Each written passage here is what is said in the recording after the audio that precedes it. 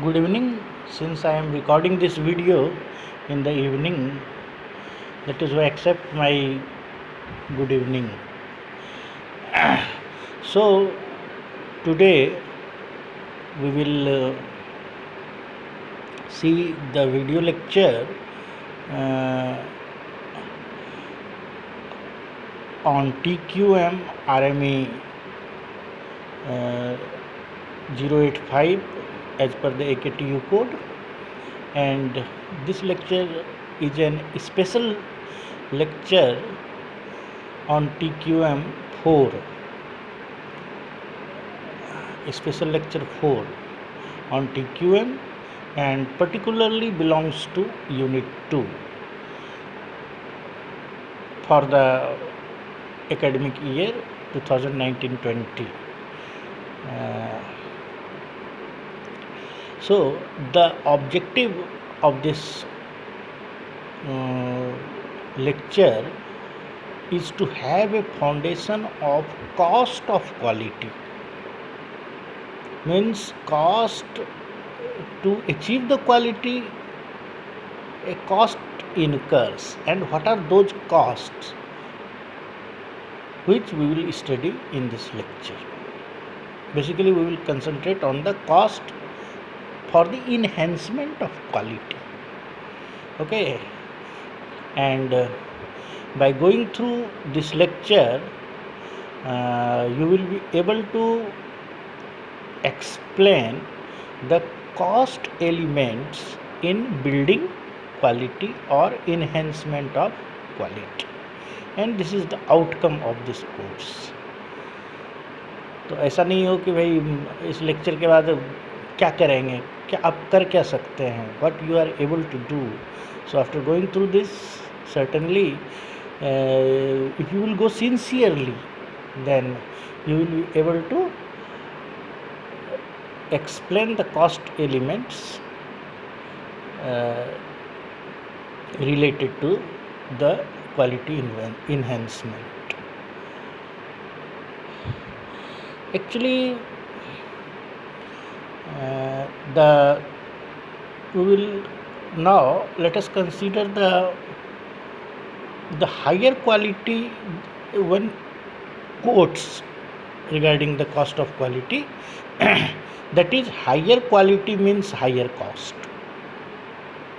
Many times in the market you can see the product which is of higher quality, then it to achieve this quality, certainly it has higher cost and it sells in the market at the higher price too.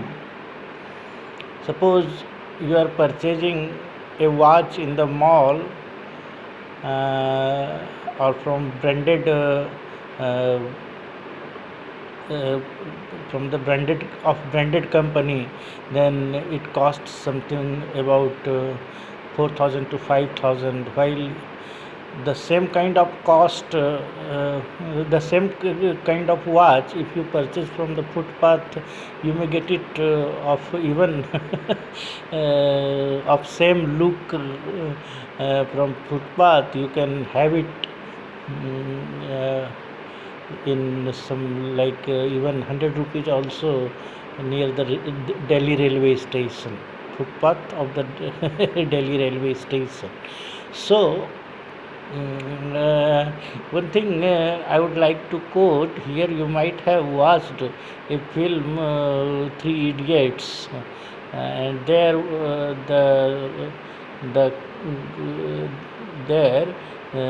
there is a scene in that picture that the heroine of that picture has lost her watch, and her fiance was struggling for searching the watch. That time the hero of that picture, that Amir Khan, has quoted a quote that both the watch both the watch is showing the same time. However, this is the performance. What is the use of that cost? What is the use of the watch? that is the time. Okay, so let us come again to the quotes, like higher quality means higher cost. Here the quality attributes such as performance and feature cost more in terms of labor, material, design and other costly resources. Means while making a product of high quality, we need the high quality labor, high quality material, high quality design and other costly resources. So in this way we will be able to manufacture the high cost items, high quality items. Further, the additional benefits from improved quality do not compensate for additional expense.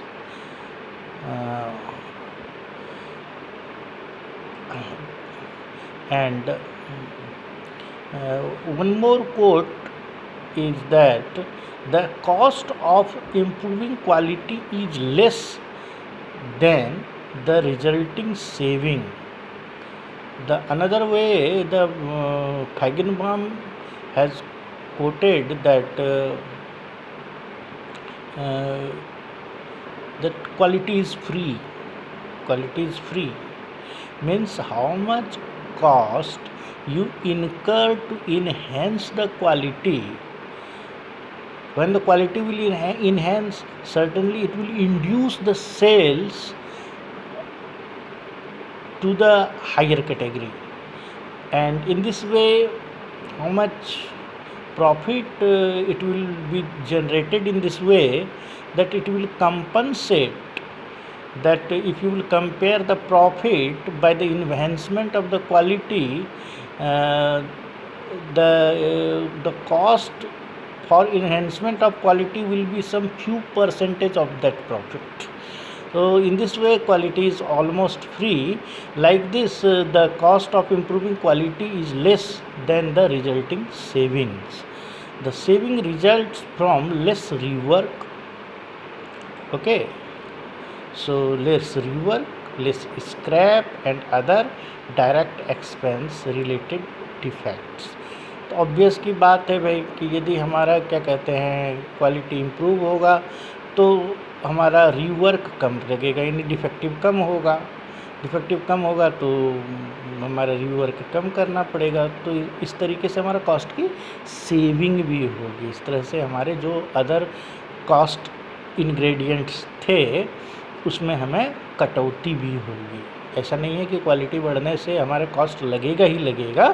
तो quality हमें तो cost क्या होगा, cost में saving भी होगी. कहाँ पे सेविंग होगी, तो हम जो प्रोडक्ट बनाते हैं, मतलब यदि हम क्वालिटी इन्हेंस किए तो ऑब्वियसली रिजेक्शन कम होगा. रिजेक्शन कम होगा तो हमें रीवर्क या स्क्रैप, जो डिफेक्टिव हम स्क्रैप में फेंक देते थे, वो भी कमी आ जाएगी. और इस तरीके से हमें कॉस्ट जो है वो कम लगेगा. तो इस तरीके से कॉस्ट में सेविंग, इस तरीके से हमें सेविंग भी होगी. This is set to account for the focus on continuous improvement of process in Japanese firm. तो इसको जो है हम जो है धीरे धीरे हम इसको पहले हम डिफेक्टिव डिक्रीज करेंगे परसेंटेज में सम 5%. यदि 10% हमारा अभी डिफेक्टिव आ रहा है तो जब हम कॉस्ट इनकर करेंगे तो हमारा क्वालिटी इन्हेंसमेंट इस तरीके से होगा कि हमारा रिजेक्शन थोड़ा थोड़ा कम करके ultimately it will be the zero defect programme. धीरे धीरे करेंगे हम, थोड़ा का टारगेट लेकर के करेंगे. और इसी को क्या कहते हैं जापानीज टर्म में कंटिन्यूअस इम्प्रूवमेंट, यानी काइजन भी कहते हैं. Okay, so now we will consider the some viewpoints of quality cost. Quality costs are those incurred in excess of those that would have been incurred if the product were built or service performed exactly right the first time. Actually, this viewpoint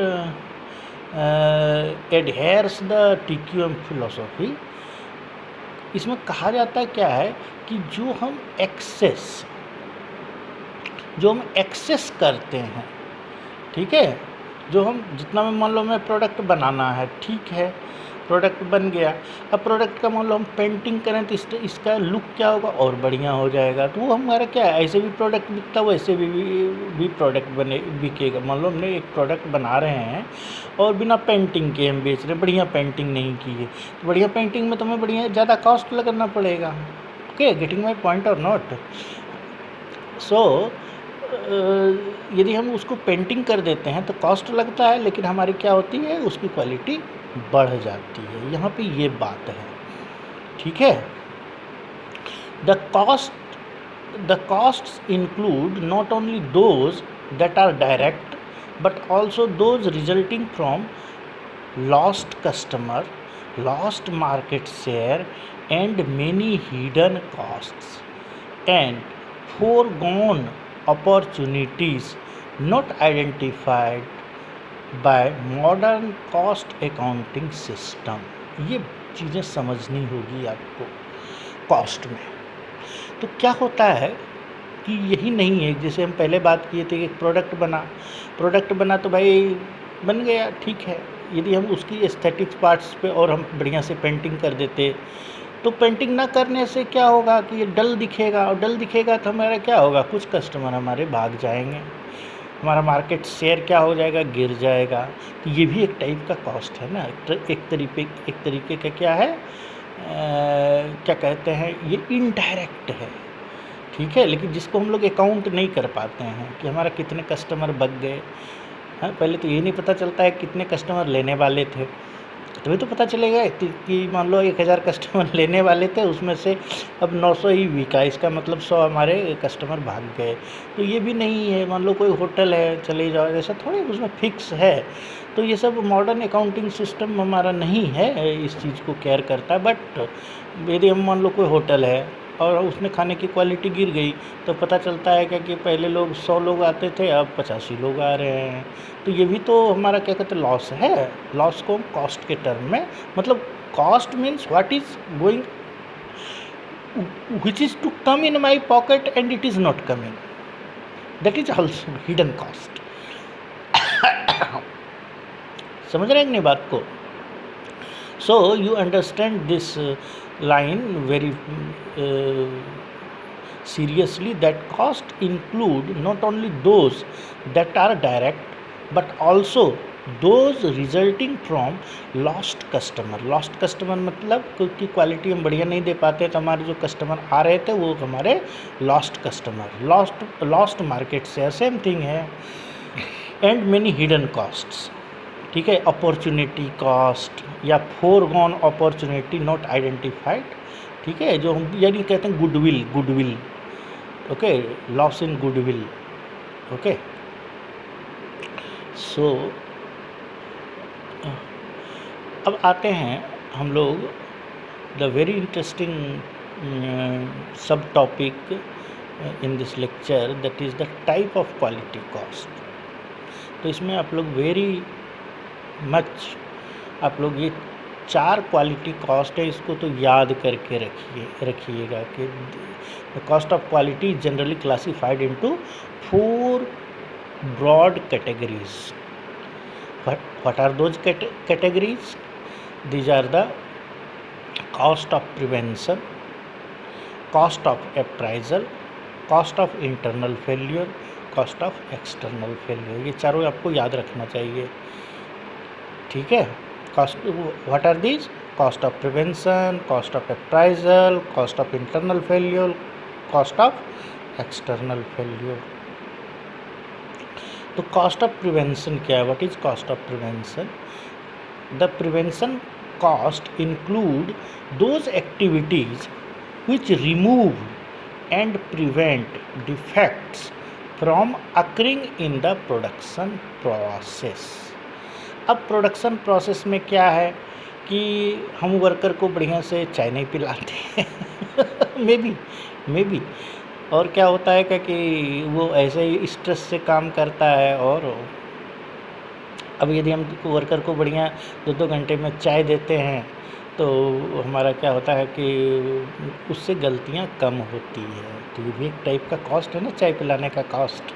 चाय के साथ मट्ठी दे दें तो भाई और बढ़िया है, और कुछ दे दें तो और बढ़िया है। Okay, like this we have to think. Okay, so another thing is that in that cost of prevention also it is also included as such activities as quality planning, production reviews, training and engineering analysis. अब क्या होता है कि quality planning, अभी तो वो चीज़ें बना नहीं है, लेकिन क्वालिटी हम कैसे, कौन कौन सा इंस्पेक्टर होगा, कैसे हम क्वालिटी मेजरमेंट करेंगे। तो ओवरहेड हमारे जो मैनेजर्स लोग बैठे चाय पिए और वो मैनेजर्स की सैलरी यदि उसमें जोड़ दें तो ये भी एक तो कॉस्ट है। ठीक है, उसके बाद प्रोडक्शन रिव्यूज़ अब हम क्या करते हैं, उसको मैनेजर्स लोग बैठते हैं, उसकी रिव्यू करते हैं कि क्या हुआ भाई, डिफेक्ट है तो क्यों है। ठीक है, what are the cause of the defects of occurring defects. ठीक है, तो ये सब जो है हम इंजीनियरिंग एनालिसिस करते हैं। अच्छा भाई, मटेरियल का कारण है कि वर्कर का कारण है, क्या है। तो ये एनालिसिस जो करते हैं, तो एनालिसिस करने में हम लोग क्या करते हैं, एक मीटिंग करते हैं। मीटिंग का जो कॉस्ट लगा, तो ये सारे क्या है, ये सारे भी क्वालिटी कॉस्ट्स हैं। इस सारे एक्टिविटीज़ को to convene this kind of activities we also costs incurred। ठीक है, which are incurred to ensure the poor quality is not produced। तो ये सारे एक्टिविटी हम क्यों करते हैं कि भाई कि प्रिवेंशन, कि भाई जो हमारा है कि क्वालिटी जो हमारा डिफेक्टिव प्रोडक्ट ना बने, इसी के लिए करते हैं ना। तो जितनी एक्टिविटी हम करते हैं कि डिफेक्टिव हमें ना बने, तो वो सारे कौन सा कॉस्ट आता है, कॉस्ट ऑफ प्रिवेंशन। ठीक है, तो इसको और भी देखिए, cost associated with the development programme to prevent defectives from occurring in the first place. ठीक है, फर्स्ट मतलब जो भी हमने पहले प्लानिंग किया ऐसे होना चाहिए, ऐसे होना चाहिए, वो आदमी काम करेगा, वो नहीं करेगा, मशीनें ऐसी होनी चाहिए, तो मशीनों की कंडीशन ऐसी होनी चाहिए, ये सब तो हम पहले प्लानिंग करेंगे ना। तो वही है प्लानिंग में जितना हमें कॉस्ट लगता है। मतलब पहला आइटम यदि डिफेक्टिव नहीं बना तो दूसरा भी नहीं बनेगा, यानी प्लानिंग हमारा सही है।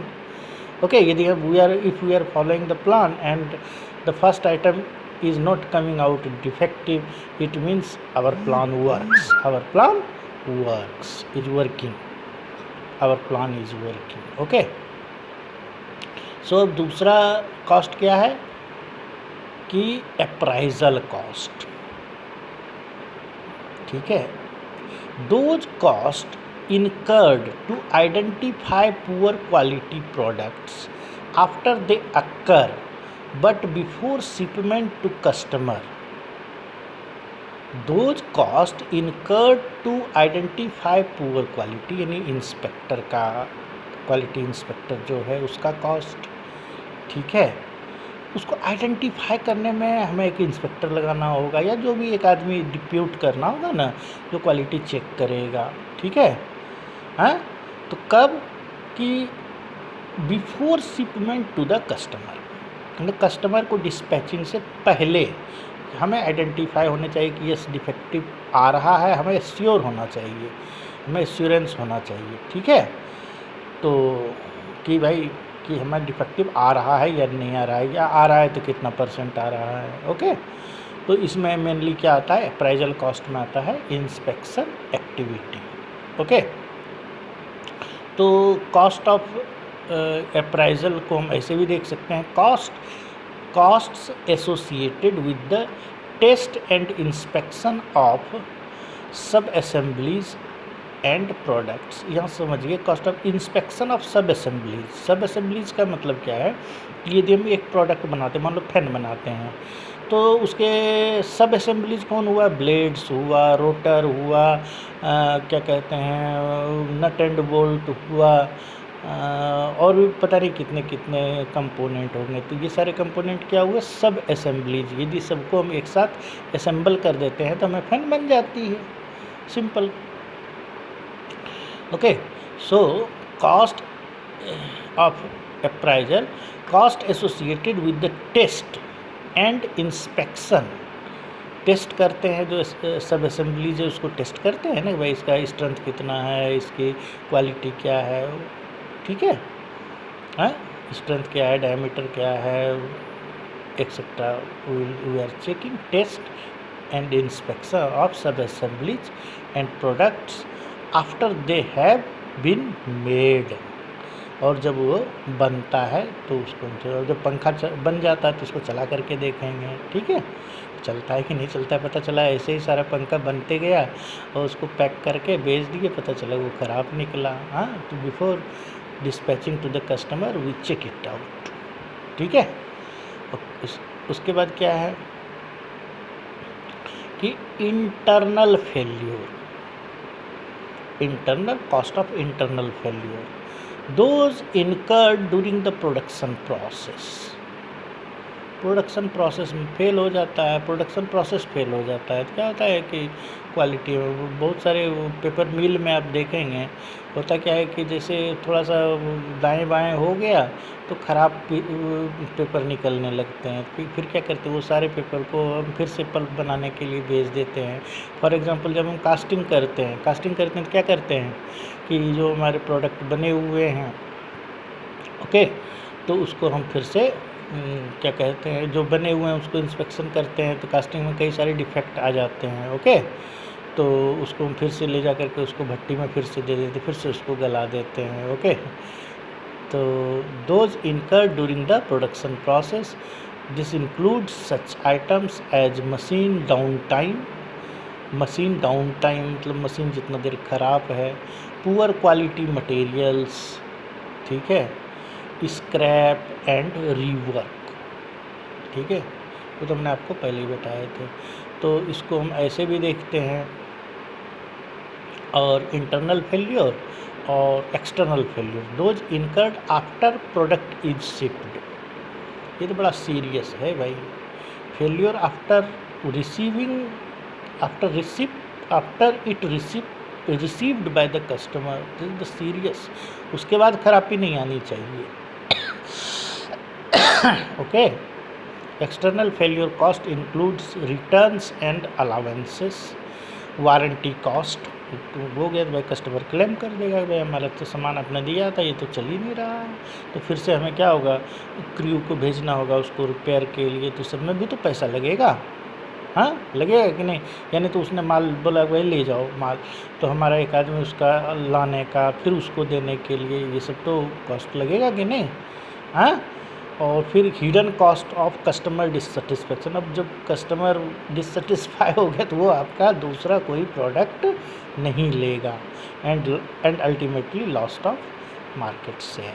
तो इसको हम ऐसे भी देखते हैं कि कॉस्ट ऑफ फेलियर को, cost associated with the failure of defective product, internal failure cost, that is the producing defective products that are identified before the shipment, and external failure cost,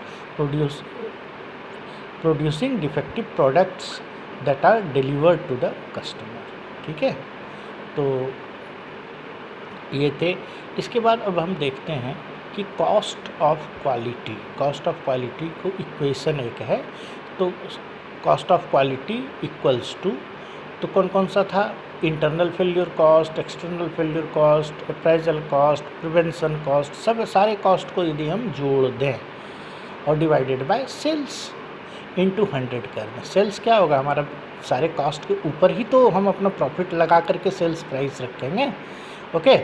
तो external failure cost, internal failure cost, appraisal cost और prevention cost, सबको यदि हम जोड़ करके sales से divide कर दें और इनटू 100 कर दें, ठीक है, तो हमारा क्या होगा कि ये cost of quality is defined by summation of all these costs divided by sales, ठीक है, into 100 that and it will come into and it will be expressed into percentage, ठीक है।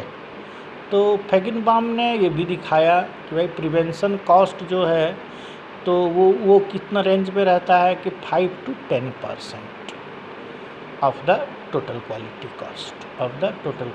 कॉस्ट एंड डिटेक्शन और appraisal cost should be in the range of 20 to 25%, and the failure cost should be in the range of 65% to 70%.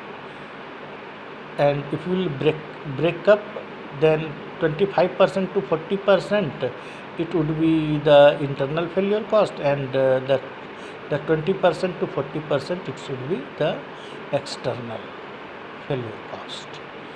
And in this way it will be like 100%। तो कितना रहना चाहिए prevention cost, किस range में रहना चाहिए, तो 5 to 10% में, याद रखिएगा। डिटेक्शन कॉस्ट किस रेंज में रखना चाहिए, 20 to 25%, वो 5% का मार्जिन है भाई, ठीक है। और सबसे ज़्यादा किस में रहेगा कि 65 to 70% कौन सा कॉस्ट रहेगा, तो फेलियर कॉस्ट रहेगा, ओके। हाँ, और तो इन this way you might have understood the क्या क्या सीखे हैं आप लोग। तो एक तो पहला चीज़ सीखे हैं कि भाई इसका व्यूज़ क्या है, क्वालिटी कॉस्ट का व्यू पॉइंट क्या है, what are the view point of the quality cost, number 1। Number 2 क्या है कि how it matches the TQM philosophy, आपको कह दे तो TQM फिलॉसफी को कैसे मैच करता है, कंटिन्यूअस इम्प्रूवमेंट से। कंटिन्यूअस इम्प्रूवमेंट TQM का एक फिलॉसफी है ना। So in this way the quality cost matches the philosophy of the TQM, that is the kaizen, okay. और उसके बाद तो 4 कॉस्ट है, इसको भी आप एक्सप्लेन कर सकते हैं, cost of prevention, cost of appraisal, cost of internal failure and cost of external failure, okay. और इसको आप एक्सप्लेन कर सकते हैं नाइसली। और यदि आपसे पूछा जाए कि भाई एक इक्वेशन के टर्म में कॉस्ट ऑफ क्वालिटी को एक्सप्रेस कीजिए, तो उसको भी कर सकते हैं। कैसे करेंगे कि summation of all the 4 cost are divided by sales into 100, okay. So with this I am ending this lecture, and with this lecture, after going through this lecture, and now you will be able to describe the cost elements in building the quality. Thank you so much, and for patiently listening this lecture. Thank you.